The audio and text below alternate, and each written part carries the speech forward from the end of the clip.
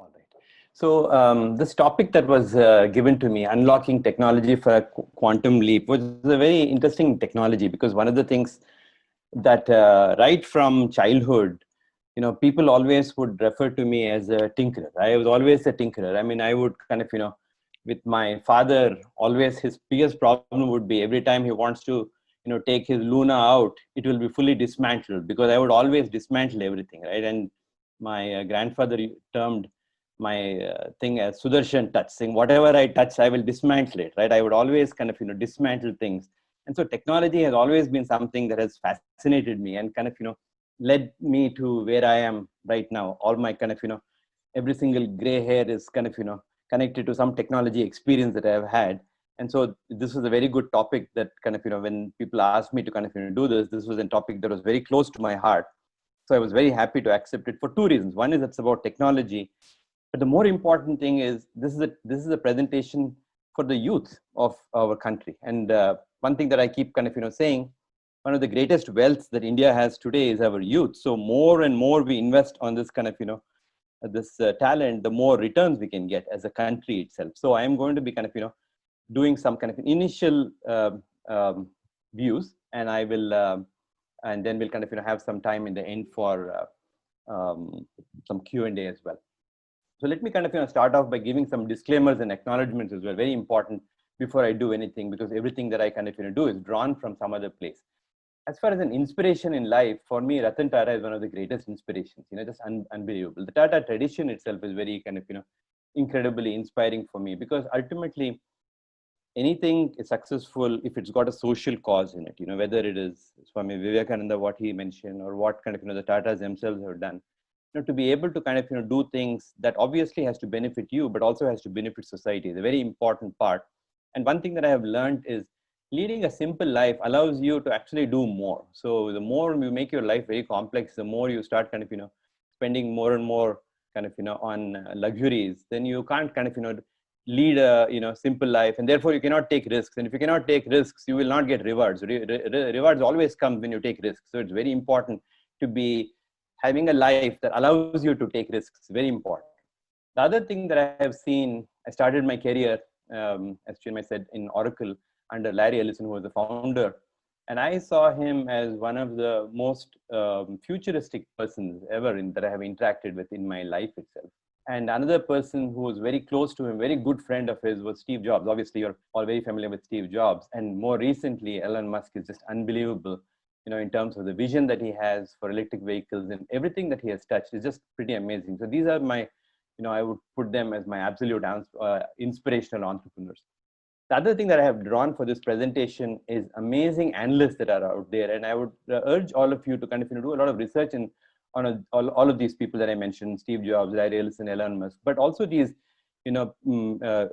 analysts, Kathy Wood, Mary Meeker, and of course our own Goldman Sachs investment research. They have come up with some incredible information out there. And to the youth, the amount of valuable information that's available to kind of guide themselves is enormous. And these people are very influential, and I have used a lot of their data in my presentation itself. And of course, my own experience of 30 years in terms of technology has given it. I always have to be thankful, because all of us on this call have to be very thankful that we are given this privilege, God-given privilege, right? That we have education, good values, honesty, integrity. Those are the ultimate gifts, because with that, you have a stage from which you can kind of build a whole lot of things. And in my life, always I have kind of built products in India and targeted the global market. That has always been kind of my prior company before I joined Goldman Sachs was this payment company called Volante, which is very, very, very successful. Pretty much the backbone of all the payment services.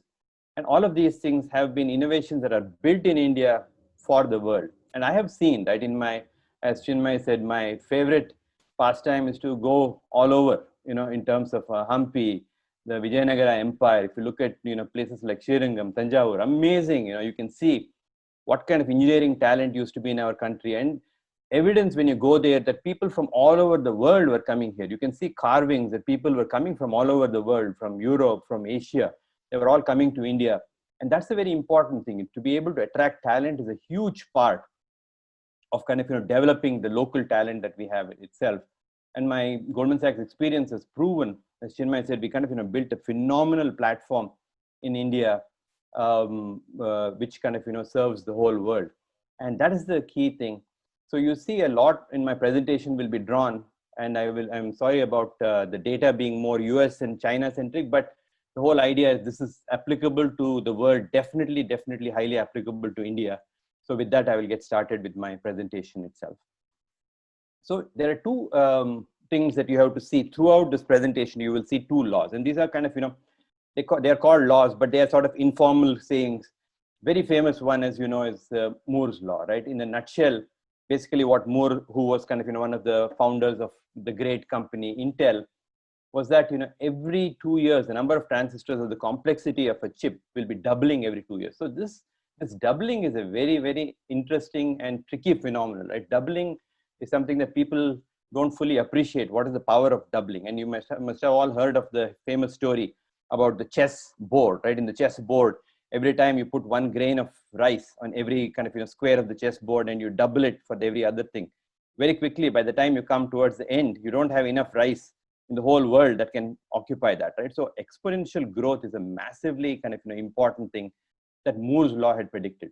The other law that is there is something called a Wright's law, and Wright law came up with some very, very interesting things. In Wright law, essentially what it's saying is, as kind of, production increases, the costs actually drop. And that's a very huge part as well, because ultimately any technology adoption will be great when the costs drop. But the Wright's law is essentially guiding that. So a lot of things that we are seeing in the life today is based on Wright's law, which is interesting because it was something in the early 1900s that it actually came up. So it's such a old law, but it's still very applicable today. And here in this slide, what you can see here is what we call kind of, the tipping point. So this, the graph on the left side, you can see that as kind of, the cost declines, right, you will see some very interesting things that are going on. It will reach something called a tipping point, after which, the costs drop very, very, very rapidly. And that is a very important thing, because when disruptive innovation causes, drop of cost, then demand will shoot up. So here in the second slide, you can see this is how electricity started being adopted and how it started kind of, getting adopted. Within a matter of 30 years, electricity got into all sectors. You can talk about, sectors like textiles, chemicals, the metro, everything started using electricity. So within a very, very short span, you can actually see, massive increase in adoption of electricity itself. The reason being the cost was dropping. Cost dropping is a very huge part. We ourselves in India have seen this, in terms of the mobile revolution, in terms of the telecom revolution, enormous. So that is a huge thing. And the moment, the cost drop and the demand growth, you have something called a virtuous cycle. And then that will spawn further innovation. We are seeing that with battery technology, electric vehicles, and so on. So this is a very interesting chart. But the great thing, I think, for the youth of today is the global economy is undergoing the largest technological transfer ever. So if you see, the major transformations in the past were steam engine, railways, telephone, automobile, electricity, all of these things created it. But if you see the latest ones that you're seeing here, after the computers and internet have created, things around artificial intelligence, electric storage, robotics, and so on, that has resulted in some of the largest transformations. And as Patelji referred to earlier, that is resulting in kinds of, transformations that the world has never seen before. So COVID is a problem, but it is a temporary problem. It will go away. You will see, after 5 years, you'll turn back and say that was such a terrible problem, but, it's not even a major issue right now. And I strongly believe it's a temporary problem. And, you will see that, as we go forward, there's so much positive, and this will be a very small blip. It's a terrible problem for sure right now, but if you look back in 5 years, it will look like a very small problem. But if you see here, and these are kind of, driven by my own kind of, investment philosophies in many of these areas, that we see this as $5 multi-trillion. I just want to kind of, give an idea of what $1 trillion is. $1 trillion is just a mind-boggling amount of kind of, money. If you spend $1 million every single day, when the time they say, right, when Jesus Christ was born 2,500 years ago, if you spend $1 million a day, even now you will not have spent $1 trillion, right? So that is the size of, $1 trillion. So if you see, some of these technologies are all multi-trillion dollar kind of, market cap they are going to be producing. blockchain, genomic sequence, artificial intelligence, robotics, energy storage. I'll kind of touch with some of these things as we kind of go forward. So here, what I'm going to be doing is my focus is going to be on a few things, not everything, because I'm going to be driven more by my own experience, my own kind of investment philosophy. I'll just talk about some of these things. So some of the ones that you're seeing, which I've highlighted in red: deep learning, electric vehicles, 3D printing, aerial drones. Chinmay said, that's my latest kind of venture. And then kind of digital wallets. These are all examples of technologies that have kind of massive amounts of potential. They have already kind of become very big, and they're going to become much bigger, right? So that is where you're going to be seeing that. So let me kind of before I jump into this, I'll have to tell you that everything in terms of disruptive innovation, there are a lot of risks. Okay, it's not that when a disruptive innovation happens, it will be adopted right away, because there are certain things, like for instance, there are a lot of unknowns. There are kind of regulatory hurdles. There are political, legal pleasures. So all of these things, whatever I tell you, you have to take it with a grain of salt, because it's very important to know that just because the technology is out there, people won't adopt it. It will take time. Sometimes time is a very critical factor in this whole thing. But the trends, once it sets, you can't kind of go back. Like if I tell you that if I want to go from point A to point B and don't use Google Maps, you will not do it. You will always use Google Maps, right? I mean, how many people will go back and say, I'll look at paper maps? That's gone, right? You'll never go back. Who will go back to kind of old phones, right? You're all addicted to mobile phones right now. I know 80% of you are probably looking at your mobile phones. That is an irreversible change. So when such changes happen, it won't go back. But when it comes to investments, investments don't always go up immediately, but it will go eventually, because these are kind of general cyclical kind of, these are not cyclical trends. These are kind of permanent trends that are happening. So I'll start with something which is kind of deep learning, which is a very important, very underlying kind of technologies. Most of what you're seeing today, the breakthroughs are coming because of deep learning, right? That's another kind of amazing kind of a piece of innovation. So typical software, a programmer was putting all the logic, and so the programmer would write the programs, and the program essentially is doing whatever the human programmer kind of fed into it. So this was the traditional programming. We all kind of started our careers with kind of this kind of programming. But this kind of programming could never do things like image recognition, speech recognition was never good. In fact, one of the projects that I did for my BE was in IASC. We did character recognition. I did character recognition. This was in late 80s. And character recognition was, when I look at what I had done, it was my kind of thesis, but I feel like laughing at it because it was so primitive compared to what deep learning is doing right now. In deep learning, it's how you're teaching a child. The mother does not program a child. The mother is kind of giving experiences to the child. The mother is actually kind of exposing the child to new ideas, and the child using kind of I would say God-given kind of talent is learning. So that is basically what deep learning software is. And deep learning is kind of the new way of doing things, where you are not actually writing the software, but you are actually providing or training the software with training data, and the software is learning on its own. And that is a real breakthrough. And some very underlying things like the NVIDIA GPUs and the massive amounts of data in the cloud has resulted in kind of deep learning.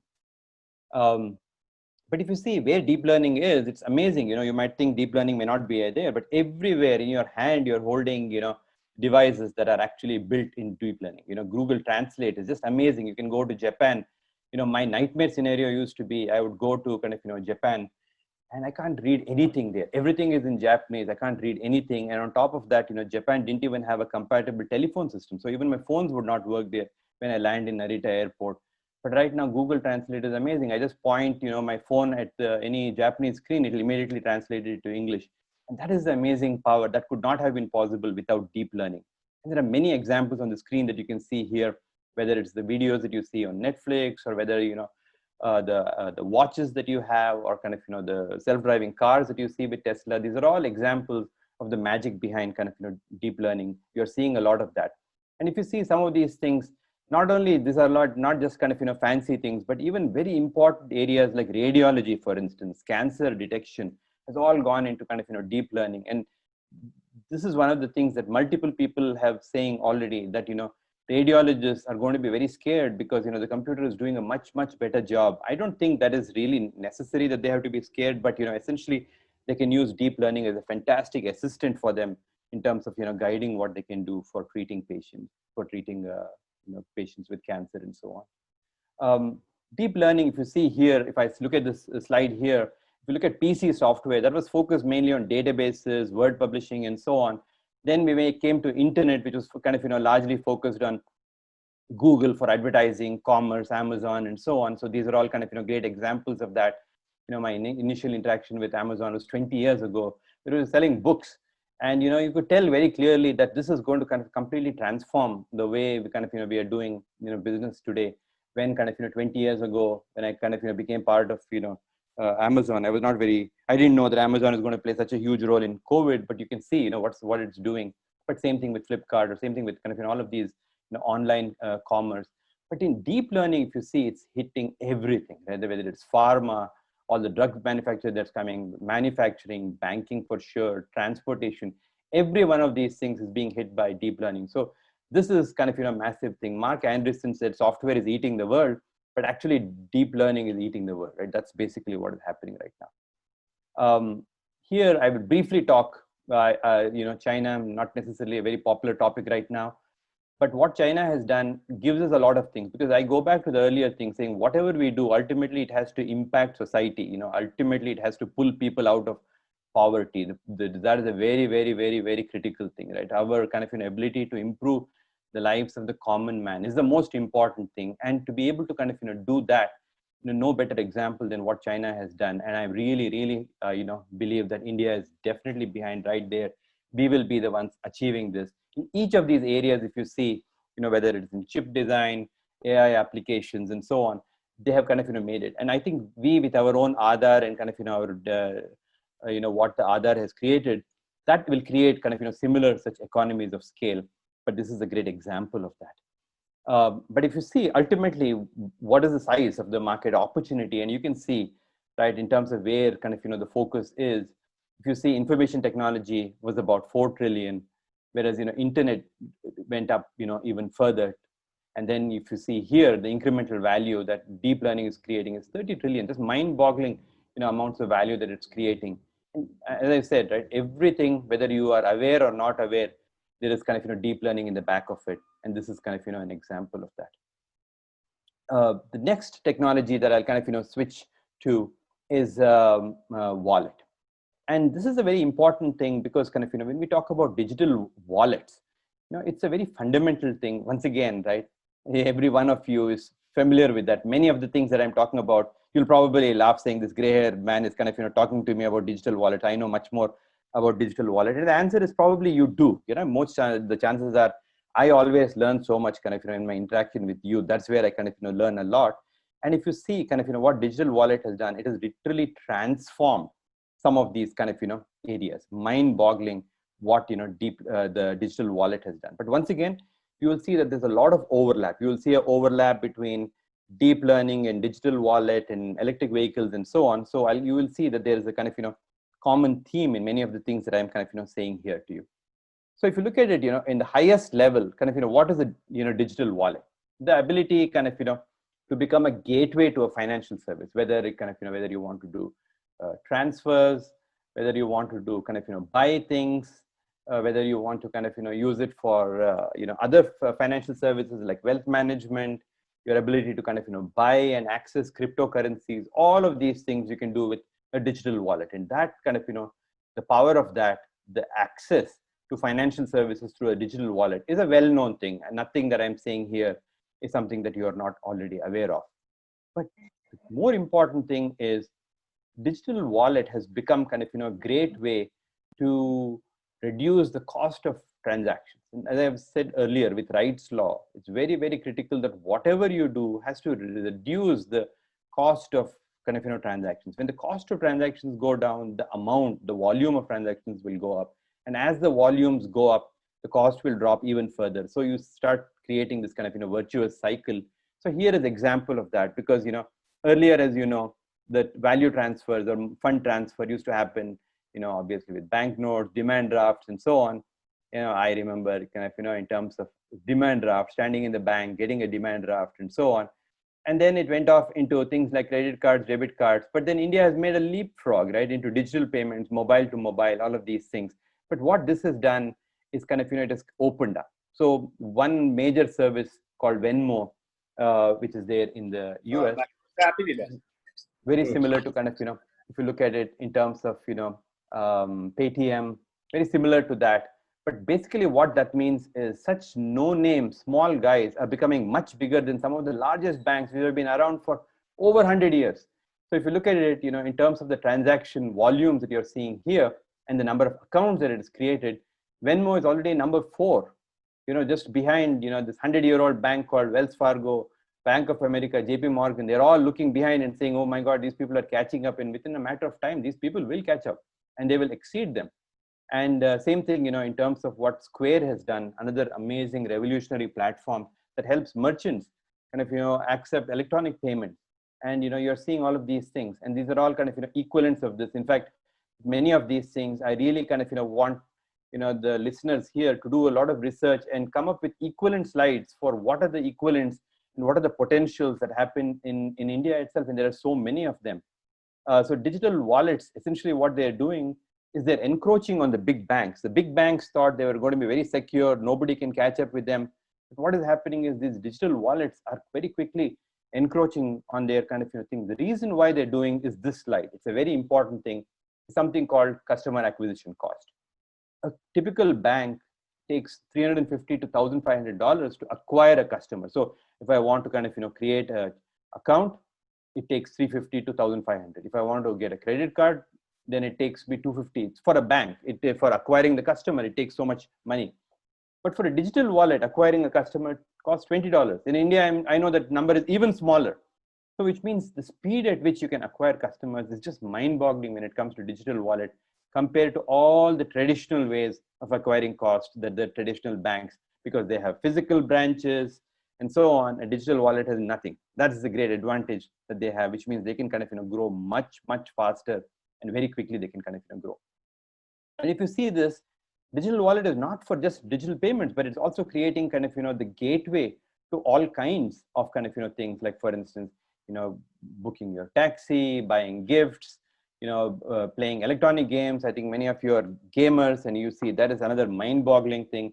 I was kind of interacting with my nephew a couple of months back. He was stuck at home because of COVID, and I think in a given day he was probably spending 80% of his time in doing these electronic games. I had never even been exposed to that, and I was like, my God, what is going on? Right, the whole world, they're spending so much time with people sitting in some other part of the world. They're playing electronic games all throughout the day, and even sometimes in the night also. So you see, all of these things are enabled because digital wallets are there. You can kind of make payments. You can do receive, make payments, and so on.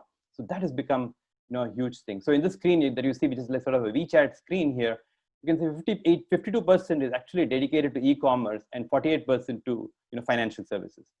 But then what you can see here is digital payments, that what China has done and what India is doing right now means the future is not with a big bank. And I keep telling my colleagues at Goldman Sachs, because 100-year bank, but they have to be constantly worried about the small startup. They have to be constantly worried about one of you youth out there to create the next kind of major company out there, which will challenge the traditional big companies out there. And I strongly believe that is happening every single day. It's happening. When Paytm came up, I knew a lot of bankers would be laughing at that, but look where it is right now in terms of where it's going.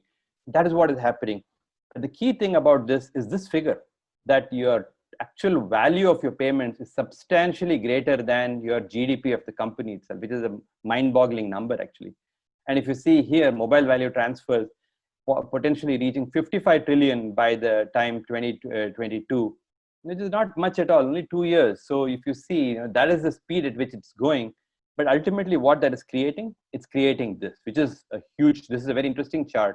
Because in this chart, you can see that today, if you look at it, based on the market capitalization of large banks, the market is attributing about $3,400 for each kind of deposit that they have.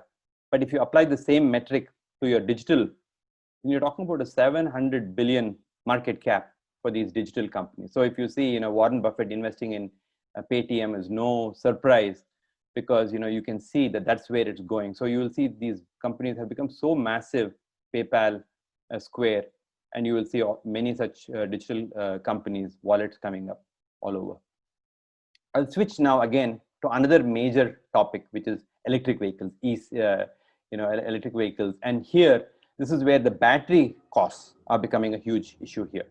So if you look at this is very interesting, because if you look at lithium batteries, the cost of lithium batteries is rapidly dropping. The first time when I got introduced to electric cars was Reva, such an amazing car, but it was based on lead acid batteries. Initially, it was based because that was the cheapest battery. And what happens is the biggest problem is always the cost. But if you see, the cost has declined so dramatically, it's coming down. In fact, it's crossed the $100 per kilowatt hour. That was a magic figure, actually. It's crossed that. So once that kind of number is crossed, you can see again Wright's law will come in, and the moment that happens, dramatically it will drop. People thought that in 1990s itself, the battery technology has reached the peak. It's not even kind of reached that, long way to go. So which means the cost of batteries is very rapidly dropping. And if you just see the demand is 1,300 gigawatt hours. That's a mind-boggling number. And if you look at it, utility storage. Today we have, wherever you go, you see solar everywhere in India. But the big problem with solar is the time you produce the power versus the time you consume the power. It's different. I want to consume during the night, but I can only produce during the morning. So which means, it's very important that I have to store excess energy. So storage is a huge problem when it comes to kind of, solar. And that's where, again, batteries will become a huge part of it. Initially, we thought that is never going to be possible because batteries are so expensive. You can never have that. But that is changing, very rapidly changing. So if you see electric vehicles, utility energy storage, and micro mobility. Last time I visited Bangalore, I saw electric scooters all over the place. Mind-boggling. I was so impressed, so amazed by that. But that's what you're seeing. The reason why all of these things are possible, because of cost declines in battery prices. And then here is another very interesting thing, is because in one side, the electric vehicles are creating the demand, so which means more batteries are produced, and as more batteries are produced, the prices are coming down. And as the prices are coming down, more and more application is happening. But you're seeing that not only are cars being applied with batteries, you're seeing on one side electric scooters. On the other side, this is a very interesting thing, because the trucking industry is also going into batteries. Actually, it's going into batteries and into autonomous driving. So these are two major trends that are happening right now. So which means, if you see here, the battery demand for the electric vehicles is among the highest, but this is also pretty much there.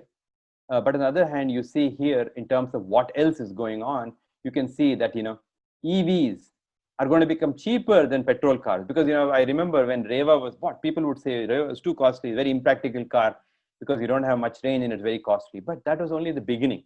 And if you see here, by 2022, the projection is EV is going to be cheaper than petrol cars. It's not based on tax incentive, but it's actually cheaper because, the prices are coming down. And when prices come down so much, so many new things happen. Just imagine if you look at, the traditional car companies, go back and you look at Mercedes-Benz, you look at BMW, you look at all of these people, they have 100 years of technology they have built up. Germany has some of the best car companies in the world, but EV is completely transforming that. So whatever I have built for 100 years, that technology is not going to be very useful anymore, because my EV cars are higher performance, cheaper.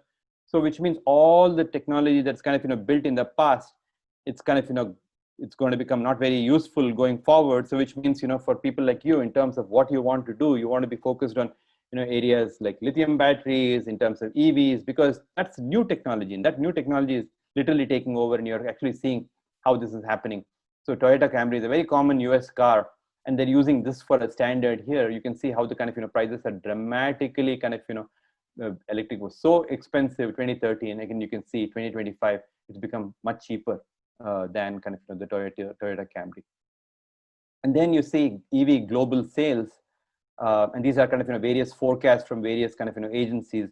Bloomberg is giving this forecast, but ARK Invest is giving a massive thing: 26 million global sales of EVs that is going to that's happening.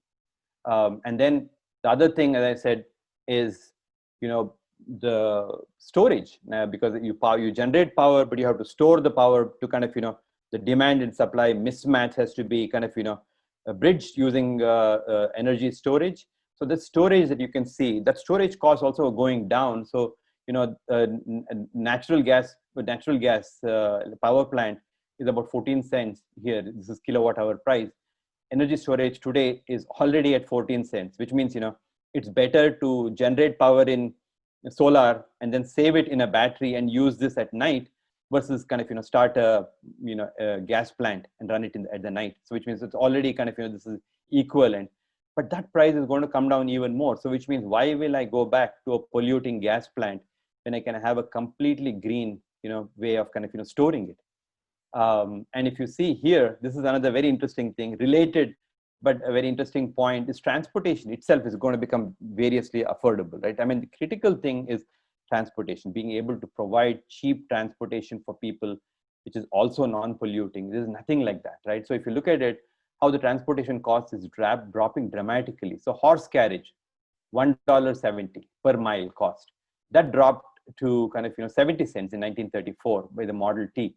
And now if you see, that had remained flat till 2016, and now it's dramatically dropping with all of these electric vehicles and the kind of self-driving cars or autonomous taxis. You're seeing that further dropping. First time ever that kind of drop has happened. So which means transportation will become so affordable. But if you see, autonomous driving is not easy. These are all some of the examples of how kind of the Tesla had a fatal crash. Some of these cars are really struggling even till today. In spite of all of that stuff, thanks to deep learning, the first technology that I spoke about, you are seeing that we are becoming very, very, very close to kind of autonomous vehicles already. Kind of, in fact, I was a good friend, Tom Dowling, has a Tesla car, and I kind of drove it. It's just mind-boggling, right? Once you drive an electric car, it's very hard to kind of go back to your conventional car. It's so smooth, so good acceleration, and on top of that, it's also very cheap, right? That's amazing. But essentially, what is also happening is autonomous taxis, because of all of these electric vehicles, the demand for oil is going down. So you can see that, right? The Middle East supplying oil for the whole world, and people struggling for oil.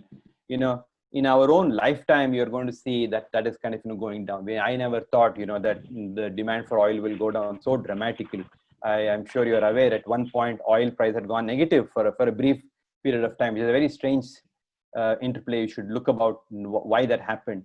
But you can see that the demand for oil is dropping dramatically. So this is million barrels per day, right? So that's basically the kind of so this is a very MB by D is a demand that they see. You can see the kind of drop off, how this drop off is happening right now. The growth was continuous from 2000 to 2005.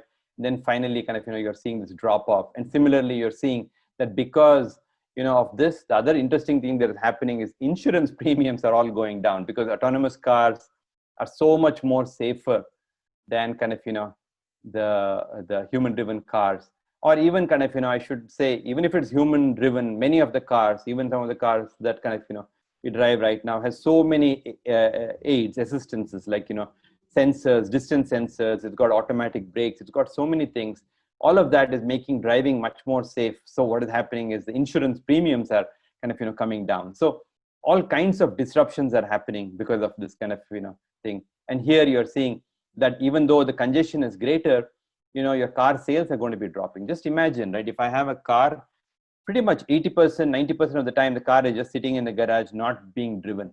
But if you have autonomous taxis, that means you can have the same infrastructure being shared by so many different people. So world will become much more efficient. So which means car sales will start coming down.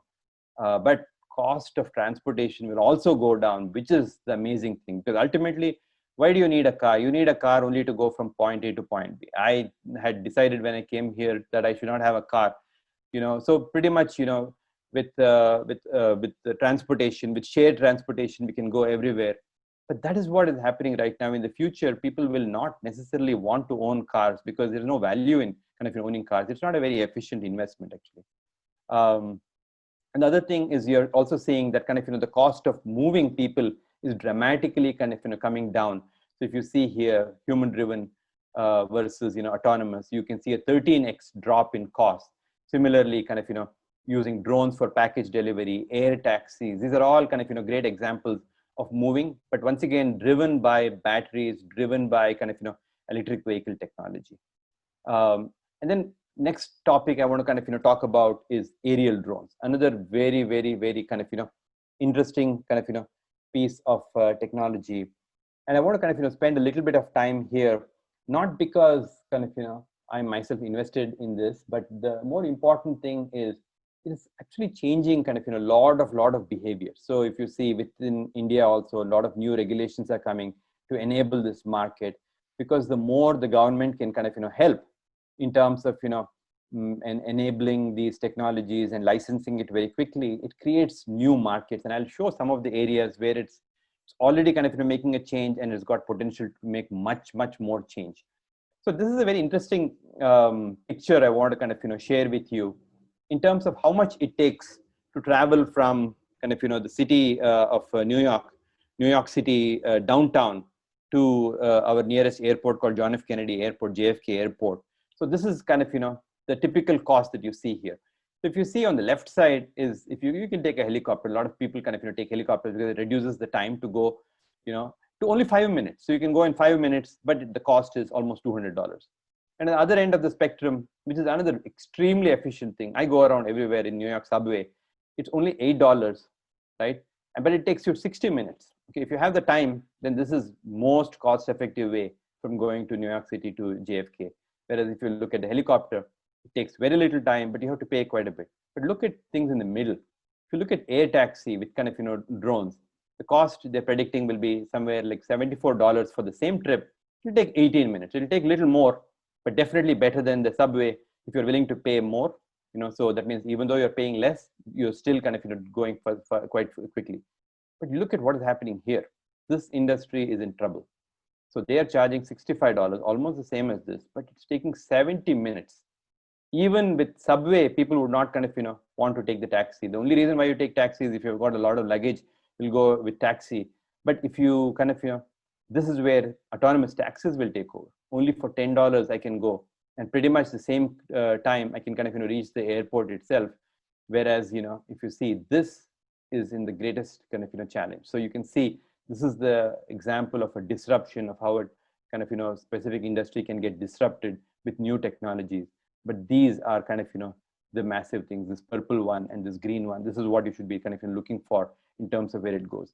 But as far as governments go, the value of public transportation, the value of all the metros that we are creating here, it's amazing. So this in New York City is a 100-year-old metro, 100-year-old metro, and in 100 years it's still kind of so cost effective. So good investments by the government, good infrastructure can kind of have very, very, very long-term value creation. So that's another kind of lesson from this chart itself. And then here I kind of another very interesting chart about what does it take for things like parcel delivery with a bike, with a man on a cycle, how much time, money and time it takes versus a drone. Of course, in a large, densely populated city, it might not be valuable. But if I can go from kind of a tier 1 to tier 2 city, or tier 1 to tier 3 city, all of these things, drone at scale, could be very useful. In fact, India regulations are coming in, and many of you will probably already know this. And if you have this information, please share it with me, because clearly you're seeing a lot of these economies of scale happening in India as well. Definitely you're seeing that. But this I want to kind of focus a little bit on the price of an ambulance trip. So this is a very interesting thing about saving lives, right? Ultimately, if I kind of if I have a drone and I kind of use an electric air ambulance versus the ground ambulance, this is a very interesting thing, because it says survival rate. If my response time after I dial 911, which is the emergency number for calling the ambulance, the longer I wait, you can see my survival rate is dropping. So if I can get the air ambulance very quickly, then my survival rate has gone up quite a bit. But if I wait much longer because the ground ambulance is stuck in traffic, I'm going to be, my survival rate is going down. So which means that is the value of kind of, the air taxi in terms of, saving lives. And you can see, 350, that is 350,000 cardiac arrests happening. So which means, this could be a life-changing technology itself, right? And then if you see from this Goldman Sachs report, where kind of, drones are being applicable, you can see it's applied to all kinds of industries, right? Mind-boggling, 100 billion over the next 5 years, construction industry, You can see in terms of total addressable market for the globe is $11 billion. Agriculture, 5 billion. These are all great areas, for our farmers, backbone of our country. How can we help? How can we help with these kinds of technologies? Deep learning. In fact, one of our scientists worked quite a bit with deep learning to help farmers to understand, agricultural pests, agricultural diseases for the plants. All of these things, applying deep learning and drones for that. And then many other technologies where drones become very critical, very useful, in terms of the applicability, in terms of how it can change those industries itself. The other one that you see here, if you look at it, commercial drones, and this is another area, a lot of focus is happening throughout the globe. India has enormous potential in this particular area. And this is places every single industry, whether it's real estate, construction, agriculture, insurance claims, pipeline inspection, mining, such a huge thing. All of these things have massive amounts of potential for these things also. So this is in terms of the drone itself. One final piece of technology I want to talk about is 3D printing, and this is also another thing that has enormous potential. Some of these companies have adopted it, but there is so much more potential, lot more growth in terms of where it goes. So your conventional lathe and so on, which is allowing you to do manufacturing, which is called subtractive manufacturing. You're taking a block of steel, block of wood, and then you're carving it out and producing the final design. Whereas in 3D printing, it's called additive manufacturing. You are actually adding material more and more and more, and that is creating the parts. So that is the value of, that is the power of 3D printing. It's much more efficient. But what is also important is it makes the manufacturing process also very, very efficient. So if you look at an example that they have given here in rocket manufacturing, your traditional rocket has 1 lakh parts, whereas the one that is built with 3D manufacturing, less than 1,000 parts, fewer parts, easier to build, less chances of something going wrong. So that will dramatically alter the cost of the rocket launches. So if you look at what ISRO is doing, it's done a fantastic job, but there's so much more potential in terms of what can be done. So this is an example where 3D printing has really reduced the complexity of manufacturing. And this is a very interesting picture that you see here. This is the traditionally manufactured part, and this is the 3D printed part, but this is the 3D printed part which also uses machine learning. So here what's happening is, if you see, this is a conventional thing. Human beings can understand this very well and produce it. Whereas this was done with 3D printing, and you can see very strange design, because these kinds of designs are very hard to manufacture in the conventional way, but 3D way you can actually do it. And this is mind-boggling, because this is using how nature builds your bones and how bone structure is done. They have used this to say what is the optimal design. This you can't even imagine. Human beings can't design these kinds of things, but 3D printing can do these things. But if you see, if this and this are equivalent in functionality, but the size 75% less weight, 50% smaller size with the value of this. And so basically what 3D printing is doing is it shortens the design cycle, and then designers will become very important, because I can just design it on my computer, hit the button, and the machine will produce something like this. And that will reduce costs from manufacturing very, very significantly. So if you see right now, 3D printing is used for prototypes. People they'll say, I want to build some jewelry. I have a great idea for building some jewelry. I can use 3D printer to print jewelry, but I can also do things like molds and tools and so on. But that the current penetration is only 6%. So a long way to go. 94% more is there. And finally, look at this end use parts, where all kinds of things, engines, shoes, all of that can be produced. The penetration is only 1%, but look at the size, the potential of this market is mind-boggling, just mind-boggling where it's going, just huge. And then adoption, again, going back, I keep pointing to Wright's law. So you can see how in a GE engine, it's gone from how the number of parts that were being used in 2015, only 19 parts were being created. It's gone up to 304 already.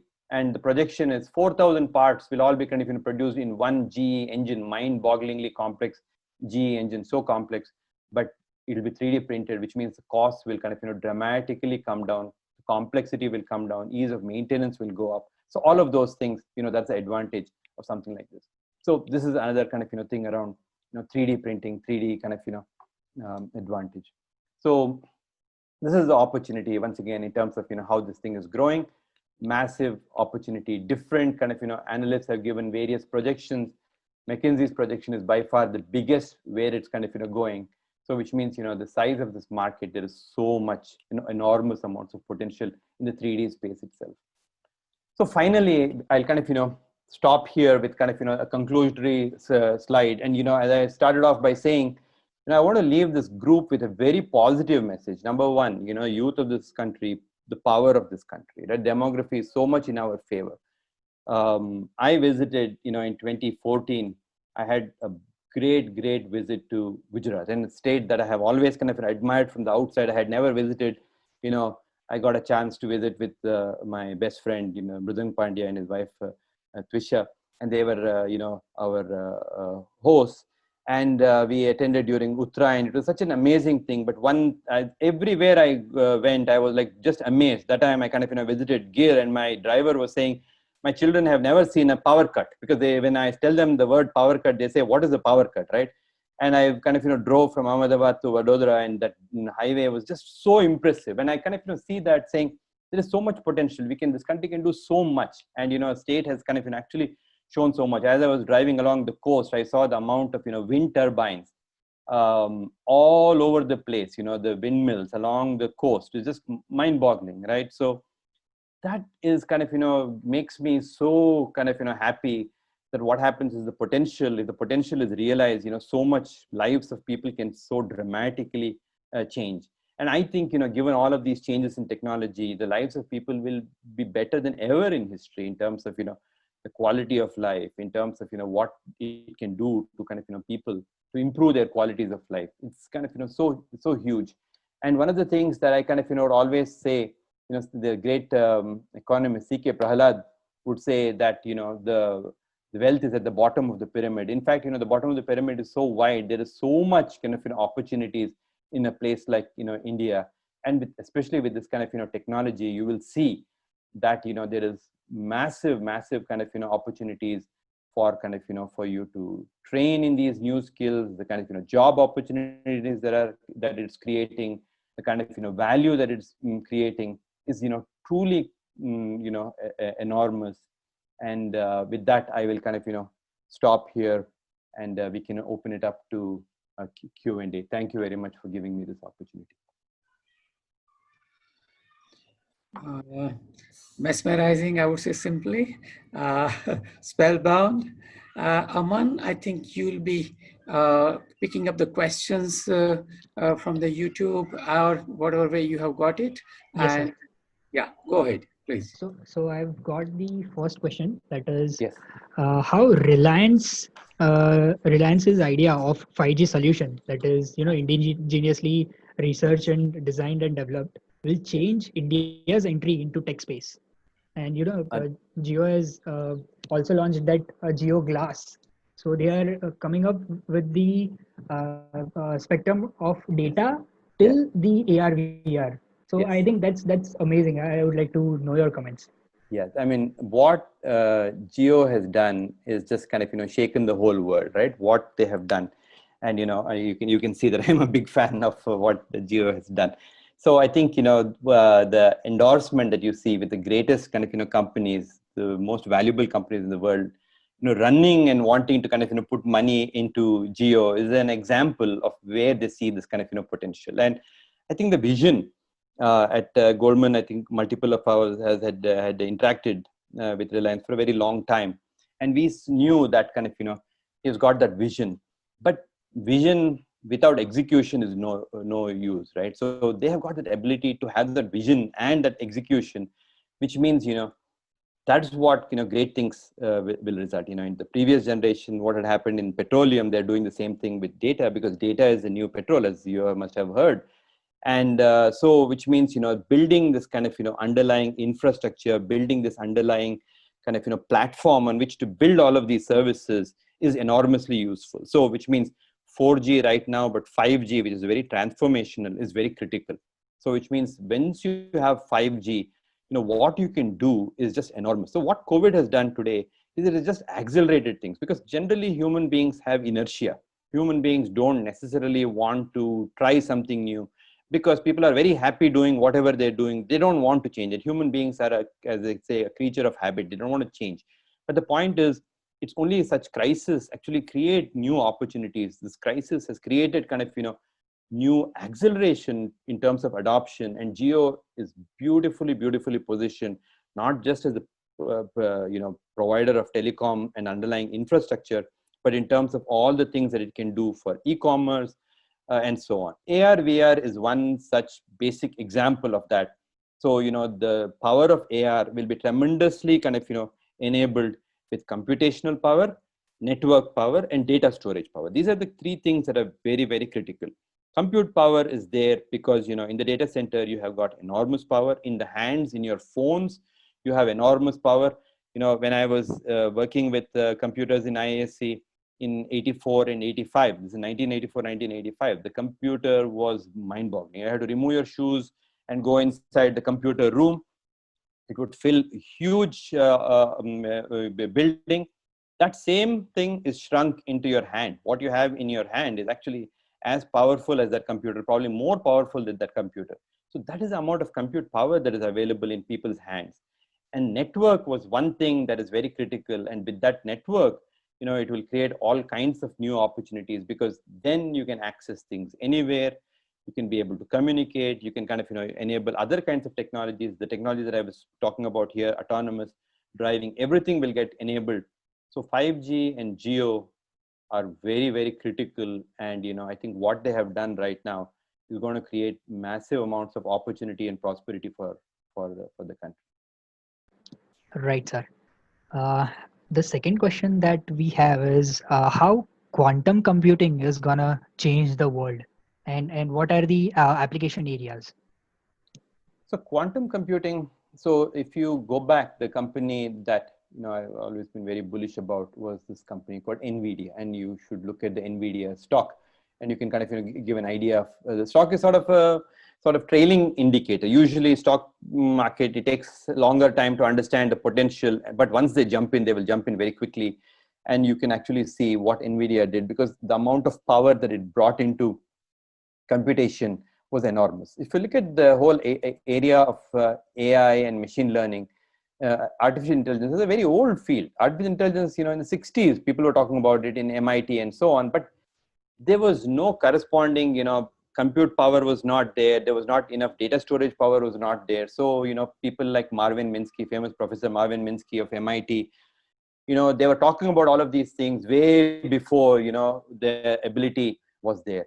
But then what happened was with GPUs, from NVIDIA, the data processing power came, and the amount of processing power became enormous. So which means we could create computers which sort of mimic the, human and animal brain using, things called neural networks. So which means that it created that. But quantum computing has that same potential in terms of what it can kind of, do. Quantum computing is just mind-boggling, right? What it can do. Even, essentially they're getting the quantum power, the power of the atom, just like what the power of the atom did for energy. Quantum computing can do the same thing for computing itself. So many of kind of, the technologies today are driven all by this kind of, what's called von Neumann architecture, which is a very kind of, old traditional. When I went to school, in college, I kind of learned von Neumann architecture. That is going to be completely changed. So, I am also becoming obsolete unless I kind of, keep up with this. Quantum computing, a lot of people are kind of, doing massive amounts of research. There's research happening even in places like IISc in Bangalore, and many other people are doing that. Quantum computing can kind of, completely alter things like drug discovery, completely alter things like, diagnosis. You can alter various kind of, things. It's in its very early infancy. I did not mention quantum computing here because the people who are there are still in the realm of kind of, R&D, very much kind of, lab oriented. But in terms of once it comes, it will create enormous, potential. But it will also create some enormous challenges as well, especially in the areas of cryptography and so on. Because with a quantum computer, it's going to be very easy to break passwords and so on. So a lot of technologies, are coming up to see how can I make my cryptography algorithms resistant to this enormous power? Because, when we create cryptography keys, we say that with a conventional computer, it will take 10,000 years to break this key. But with a quantum computer, you can break it within seconds. So which means, it creates those kinds of challenges as well. It will create opportunities, it will create challenges, but that will create kind of, more opportunities. Once again, as I said, for youth, it will create, more places to kind of, focus on. But quantum computing, please follow that very, very critical, very important part. I did not mention it here because of its R&D thing, but from a potential point of view, we will probably see it sooner rather than later. Sir, we were, waiting for your startup journey, as on how you got inspired from the drone that your younger son was playing with, and Yes. from there to starting your own startup based on that technology. So can you share some insights, sir, please? Yes. So this is my fourth startup. So this is the startup. I have kind of done multiple startups. I started right after my career at Oracle. I was one of the core developers of Oracle database. At that time, we were doing Oracle 5, 6, and 7. So 5, Oracle 7, version 7. I don't even know what other version of Oracle is running out there. Maybe it's 11, 12. I'm not very sure. So that was where I started my career. But after that, I jumped up into the startup world in 95. I kind of, that was where I started my first startup between, India and US, offering, some technology services at that stage. And after that startup, it was not a big success. It actually kind of, failed quite spectacularly. It didn't do very well at all. But then it gave good ideas to create my second startup around, this new language called Java. So Java was new at that time. We kind of, jumped into something called enterprise Java. We built a server, and that company became what's called Nextset. Nextset got sold to an Australian company. And then after Nextset, we started my third company called Volante. And the reason why I talk about crisis and, what crisis creates opportunities, so Volante, we started right after kind of, 9/11, September 11th. So right after September 11th, we started that.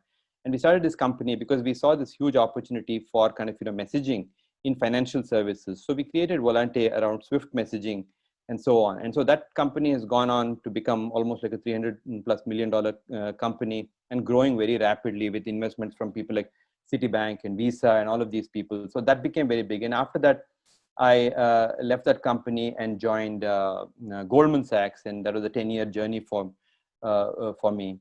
And Volante obviously has become a very big company with kind of, presence in 80 countries.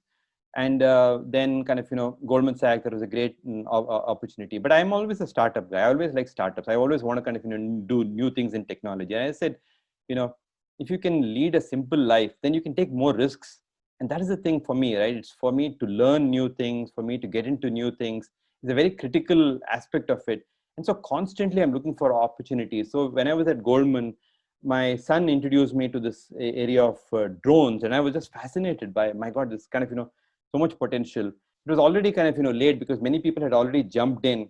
So I was, started looking at it only from 2013. I should have probably started it maybe 5 years earlier, but I was too busy in Goldman to do anything outside. Then when I started doing that, I said, okay, this is a huge technology, but not for building drones, but I'll use, my technical skills to actually do drone data analysis. Now, if the drone collects the data, how can I kind of, take the data and, analyze it and provide, all kinds of analytics. So that's the company that we have built. It's called Aspects Array.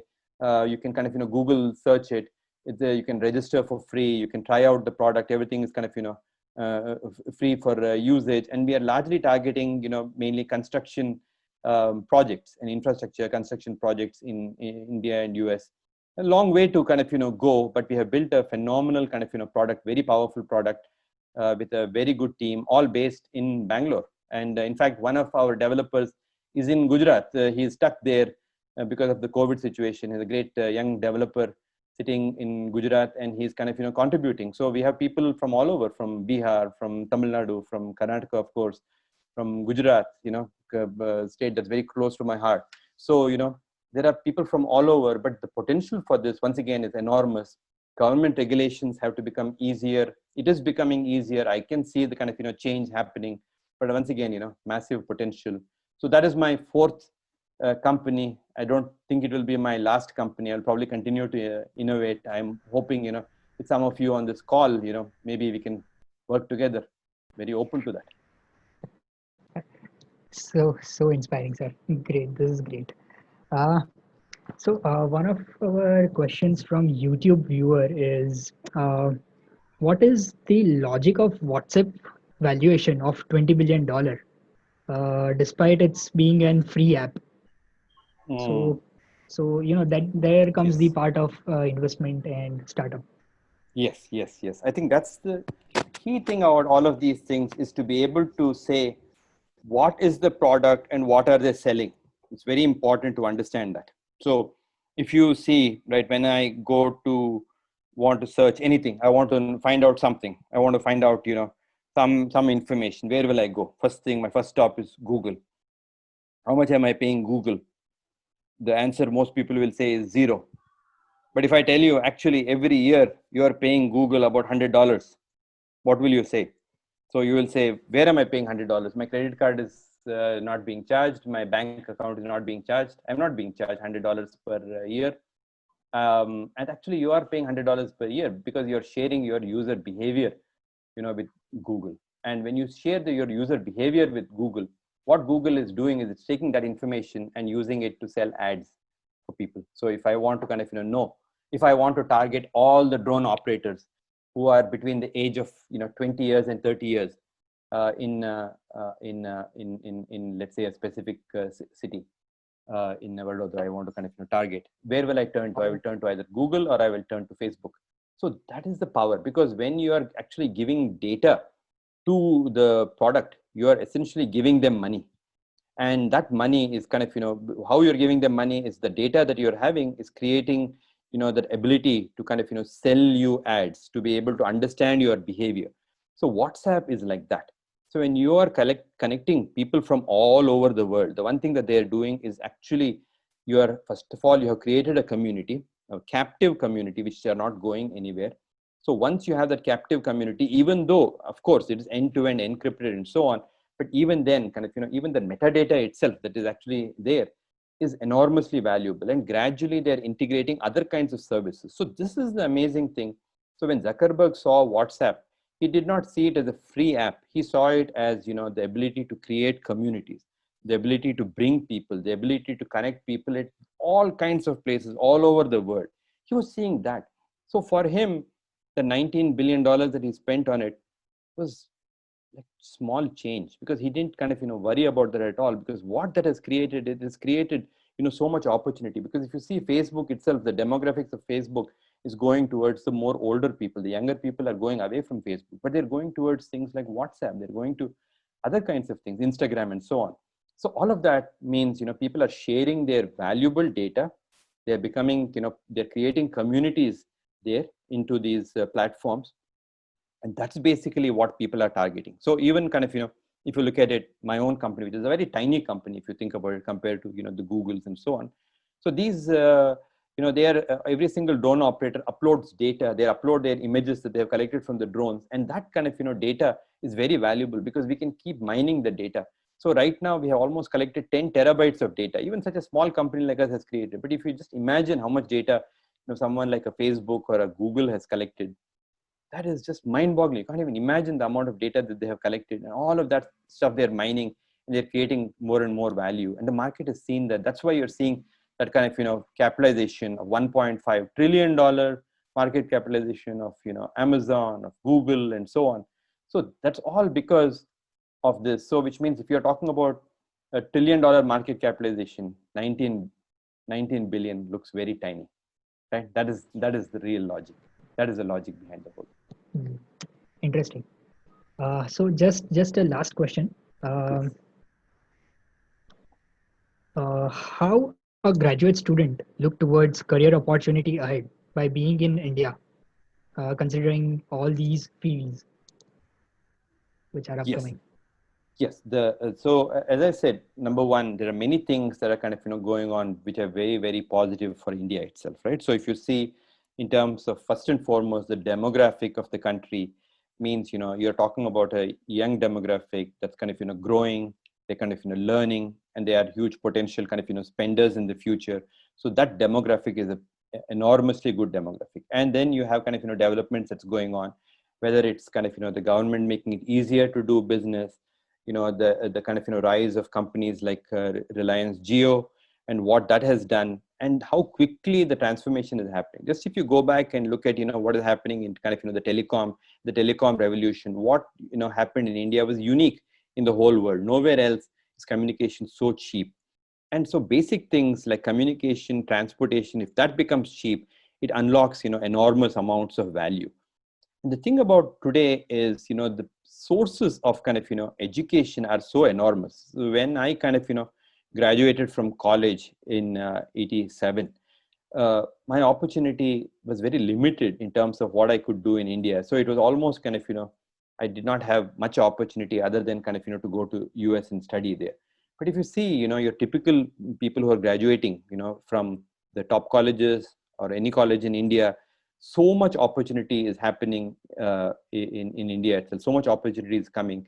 So in terms of when we created Goldman, one thing that we found out was the amount of talent is so great.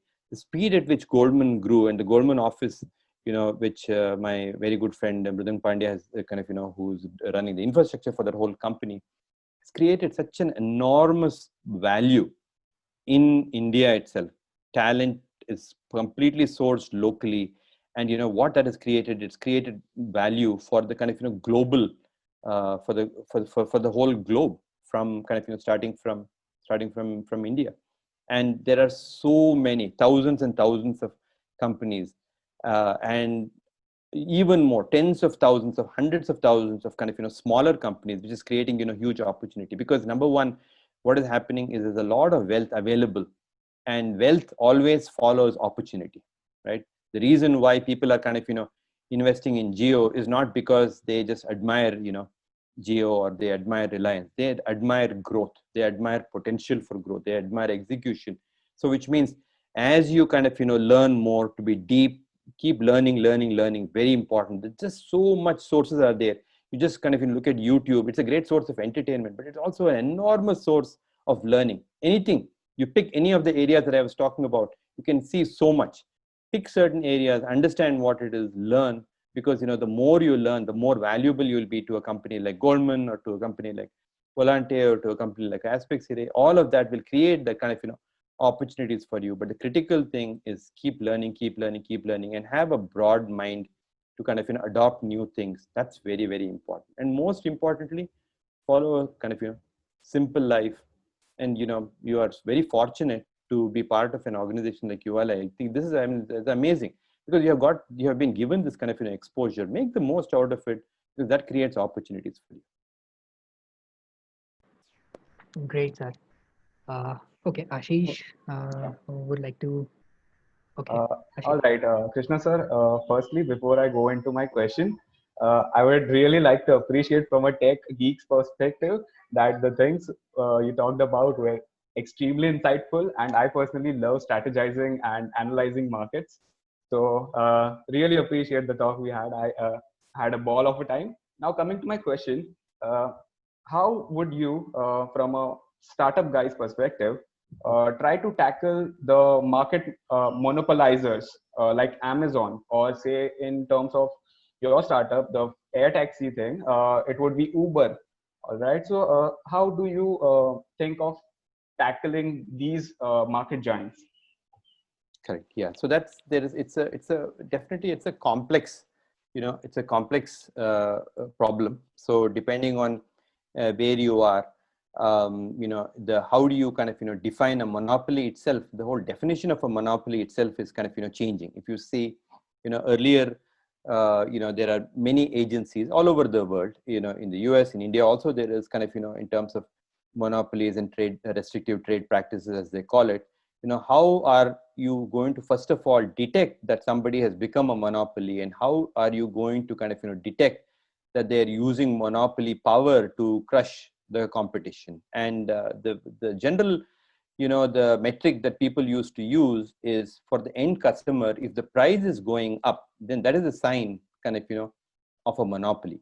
So which means Standard Oil was detected as a monopoly and kind of broken up. AT&T, which was detected as a monopoly, was kind of detected and broken up. So when I came to the US, the cost of making a call to India, obviously my most important destination was India. When I came to US, was $3.20 per minute.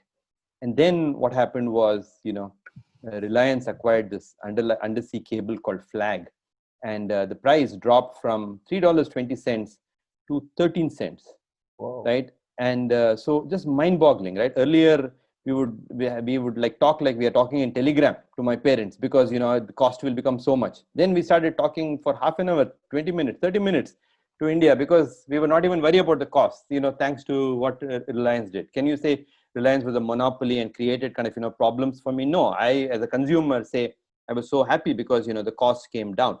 But could anybody else enter that market? The chances are probably they did not. But what did it create? It created kind of huge amounts of other opportunities, because IT enabled services started coming. All of those things started happening. So sure, there could be a potential for a monopoly in something in one area, but it created opportunities in other area. And who will kind of detect this?